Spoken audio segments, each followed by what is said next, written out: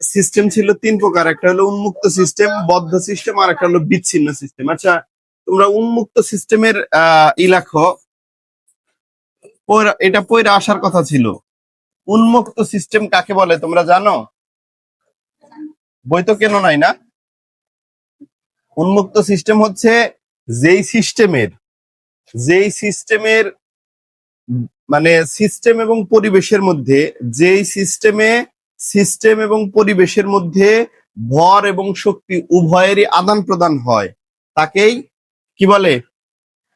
উন্মুক্ত সিস্টেম বলে। এখানে লেখো, একটু উপরে লেখো, এটা ভর, আর এখানে লেখো শক্তি। তাহলে উন্মুক্ত সিস্টেমে কি হয়? ভরেরও আদান প্রদান হয়, শক্তিরও আদান প্রদান হয়। তাহলে যেই সিস্টেমে ভর এবং শক্তি উভয়েরই আদান প্রদান হয়, তাকে কি বলা হয়? উন্মুক্ত সিস্টেম বলা হয়।